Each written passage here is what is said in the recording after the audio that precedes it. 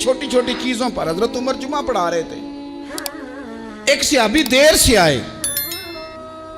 اب یہ نماز کا پوچھنا، جمعے کا پوچھنا، مطلب حکمران صاحب تو اوپر لیول کے ہیں، وہ تو پوچھیں گے کہ جناب میرے ساتھ تو آپ قومی سطح کا بندہ بٹھائیں، یہ والی باتیں.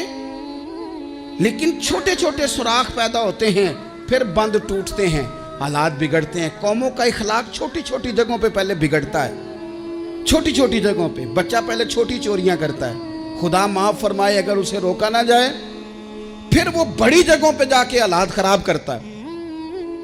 حضرت عمر فاروق ایک صحابی دیر سے جمعہ پڑھنے آئے تو حضرت عمر نے بعد میں بلا لیا، فرمایا تم اتنے سمجھدار آدمی ہو کہ اگر جمعے میں دیر سے آؤ گے تو باقی لوگوں کا کیا بنے گا؟ تو وہ صحابی آگے سے کہنے لگے مجھے پتا تھا آپ نے پوچھنا ہے، اور میں تو کہیں کام میں مصروف تھا امیر المومنین، میں تو دوڑا آیا ہوں، میں تو غسل بھی نہیں کر سکا، وضو کر کے مسجد میں آ گیا ہوں جمعہ پڑھنے.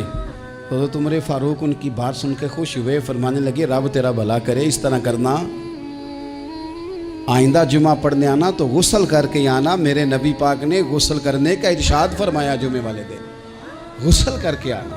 ان باتوں کا بھی یعنی حکومت کے قومی معاملات اور عالمی نقطہ نظر بھی ان کے ذہن میں ہے، اور یہاں تک جو باریک چیزیں یعنی حضرت عمر فاروق گزر رہے تھے تو کسی باغ کے کونے میں کھڑے ہو کے کچھ بچے چھوٹے چھوٹے بچے وہ کھجوریں اکٹھی کر رہے تھے. تو حضرت عمر نے کہا کس کے باغ میں لگے ہوئے ہو؟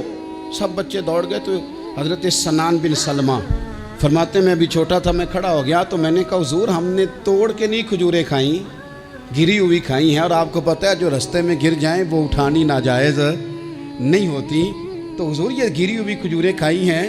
تو کہتے ہیں حضرت عمر فاروق بچے کی بات سن کے کہنے لگے رب تیرا بھلا کرے، تو نے صحیح بات کی طرف میری توجہ کرا دی ہے، اللہ تیرا بھلا کرے. اور پھر حضرت عمر رضی اللہ تعالیٰ عنہ اس چھوٹے سے بچے کے پاس کھڑے ہو گئے. کون؟ کس کے پاس؟ نہیں خواب تو نہیں دیکھ رہے میں اور آپ، حکمران وقت 22 لاکھ مربع میل کا حکمران بچے کے پاس کھڑے ہو گئے، چھوٹے بچے کے پاس. دکان پہ غریب آدمی چڑھ آئے نا، دکاندار صاحب اللہ ماشاءاللہ ان کا مزاج خراب ہو جاتا ہے. وہ تیسری چیز کہنا وہ والی دکھاؤ تو کہتے لینیاں تے لے تو جا، اور اگر تگڑا بندہ آ جائے تو کہتے ہیں جناب آپ کو اس طرح کرے نشاندہی کر دے، میں انشاءاللہ خرید کے لا کے پیش کر دوں گا. مزاج بدل جاتا ہے. غریبوں کے پاس، چھوٹوں کے پاس، عام آدمی کے پاس آپ جائیں. ہمارے حکمرانوں کا غریب آدمی سے گیپ بہت زیادہ ہے، پیروں کا غریب آدمی سے گیپ بہت زیادہ ہے، بڑے علماء کا عام آدمی سے گیپ زیادہ ہے، تاجروں کا عام آدمی سے گیپ زیادہ ہے، شیشے کے بڑے بڑے محلات میں سوسائٹیوں میں بسنے والوں کا غریبوں سے گیپ زیادہ ہے. اس لیے امیر غریب کی تفریق بڑھ گئی ہے، حالات اور طرح کے ہو گئے. بعض غربا امیروں سے نفرت کرنے لگ گئے. ہماری شادی بیاہ تقریبات افطاریاں ان میں ہم اپنے لیول کے لوگ بلاتے ہیں جن سے ہمیں کاروباری ضروریات وابستہ ہوتی ہیں. ہم نے اس طرح کا ماحول بنایا، اس کا نقصان یہ ہوا ہے کہ معاشرے میں کئی قسم کی سوچیں پنپنے لگی ہیں، وسوسے غالب آنے لگے.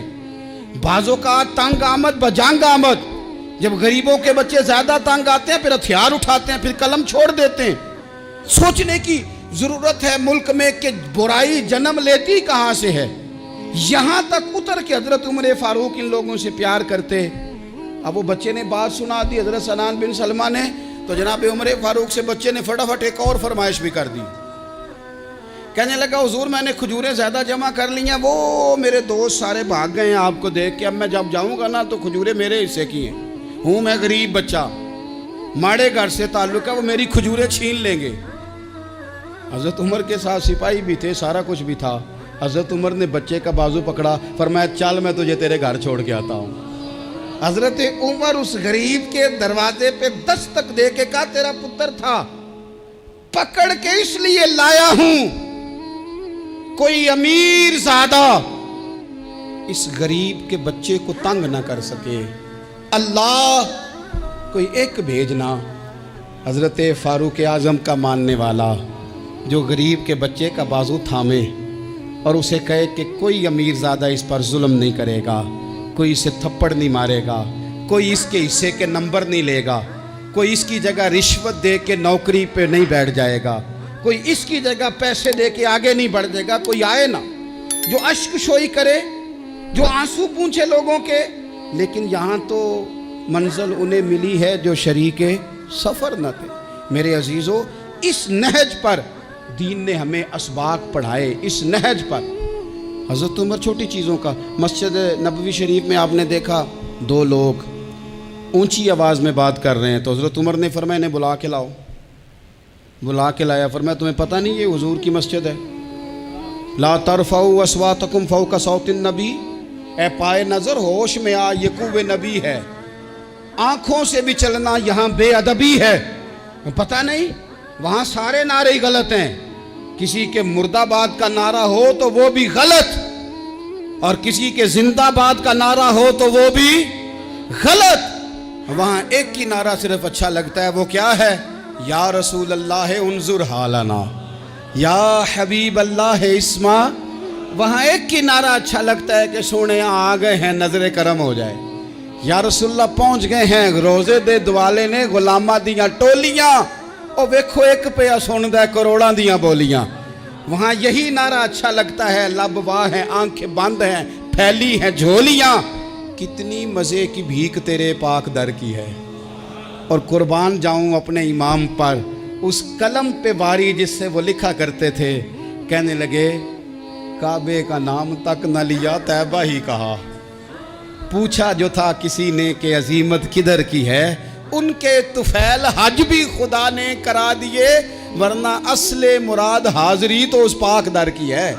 تو حضرت فاروق اعظم رضی اللہ تعالیٰ عنہ نے نا ان دو لوگوں کو بلایا اور بلا کر کے فرمانے لگے کہاں کے رہنے والے ہو، کہاں سے آئے ہو؟ انہوں نے کہا جی ہم طائف کے رہنے والے ہیں. فرمایا تمہیں پتہ نہیں یہ نبی پاک کا روزہ ہے، حضور کی مسجد ہے، یہاں آواز اونچی نہیں کرتے، تمہیں خبر نہیں؟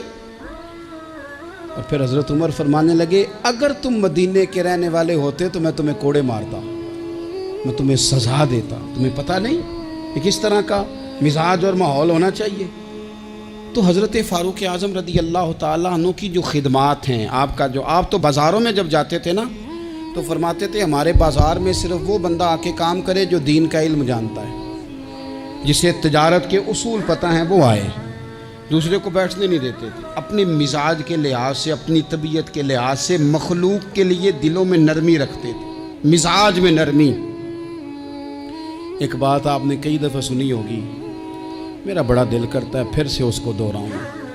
میں نے اسے سینکڑوں بار پڑھا ہے.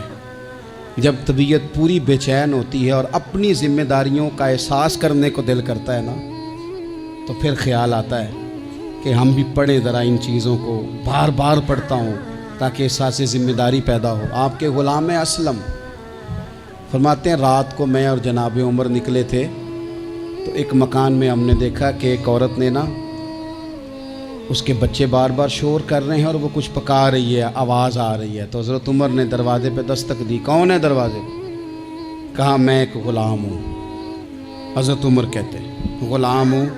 بہن کیا مسئلہ ہے، بچے کیوں رو رہے ہیں؟ تو بی بی کہنے لگی تمہیں کیوں بتاؤں، جاؤ نا اپنا کام کرو.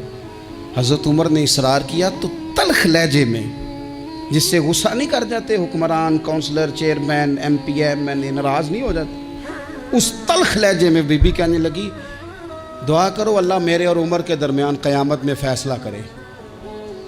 کیسا حکمران ہے کہ اس کی حکومت میں میرے بچے بھوکے سوتے ہیں.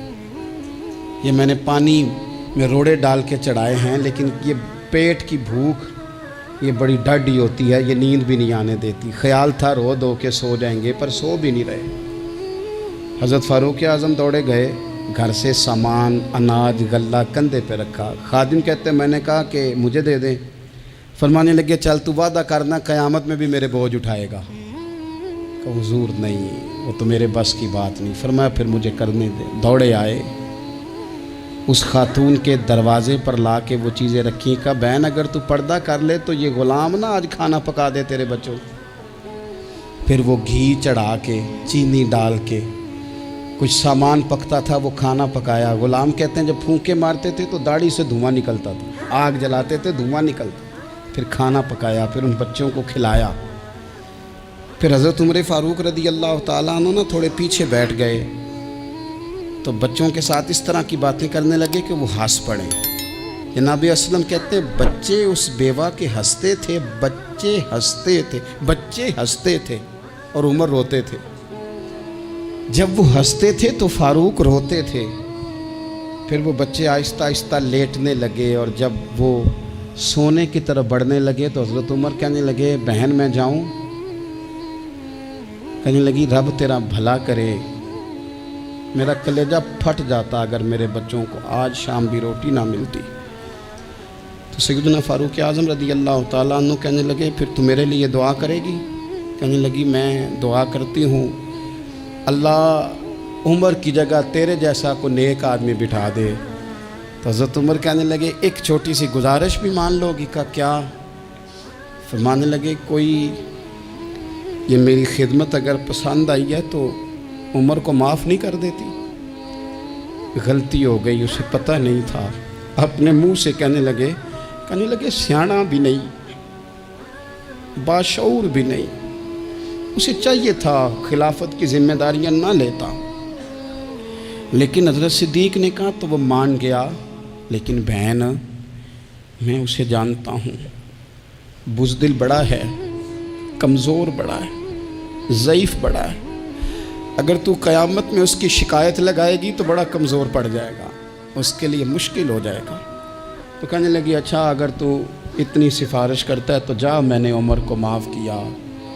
حضرت فاروق اعظم نے چہرے سے کپڑا ہٹایا تو بی بی کہنے لگی اوہو آپ عمر ہیں؟ تو آپ فرمانے لگے میں جو بھی ہوں تو وعدہ کر چکی ہے کہ تو نے عمر کو معاف کیا. پھر باہر نکلے اور اپنے خادم جناب اسلم سے کہنے لگے 2 بندے اور بلا اور انہیں گواہ بنا کہ میں نے اس غریب کے روتے بچے ہنسائے ہیں. تو جا کے ان کو بتا میں نے وہ ہنسائے ہیں، اس کے بھوکے بچوں کو میں نے روٹی کھلائی ہے. اور تو گواہ ہو جا کہ اس بی بی نے خود کہا ہے بغیر جبر کے، میری گزارش پہ کہا ہے کہ میں نے عمر کو معاف کیا. کیوں نہ ہم بھی اپنی اپنی ذمہ داریوں کا احساس کر لیں، کیوں نہ ہم بھی جہاں جہاں ہماری ڈیوٹی ہے ہم بھی وہاں غور کر لیں.